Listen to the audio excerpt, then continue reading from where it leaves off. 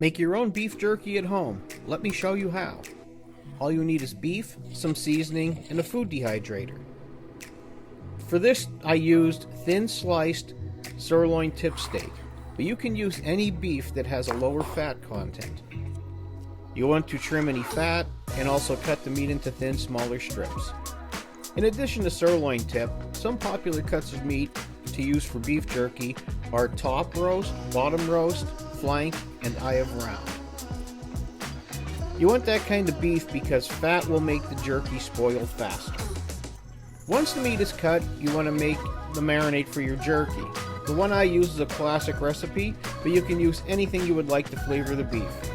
For this marinade I used a half a cup of water, 2 tablespoons of soy sauce,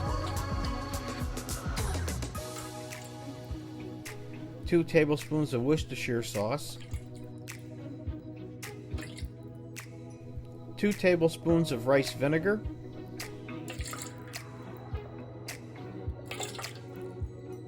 a teaspoon of ginger,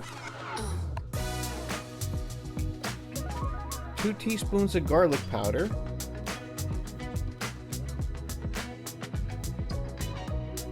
two teaspoons of onion powder,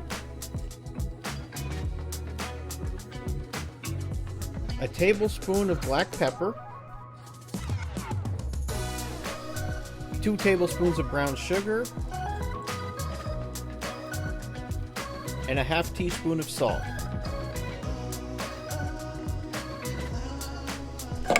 Mix your marinade together and then add it to your meat.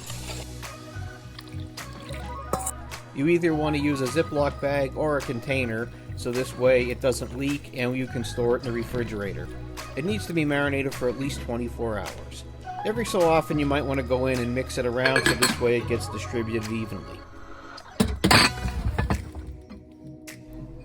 Once we're satisfied with our marinade period, get the food dehydrator out, and now we'll place our beef on a tray and make sure that you leave room in between the pieces of meat so this way air can circulate and it'll help it dry quicker.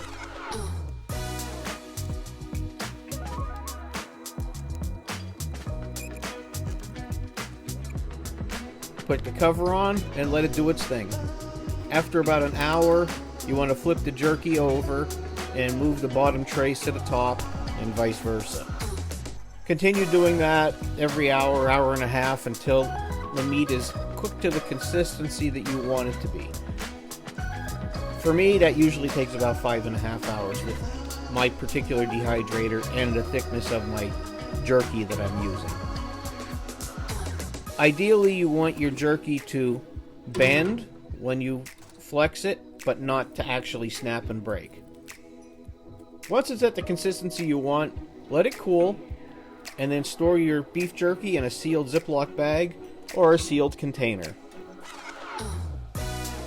Once you do this, you'll be doing it all the time. It's a lot cheaper than buying jerky from the store, plus you know you made it, you know what the ingredients are, and you can take pride in that.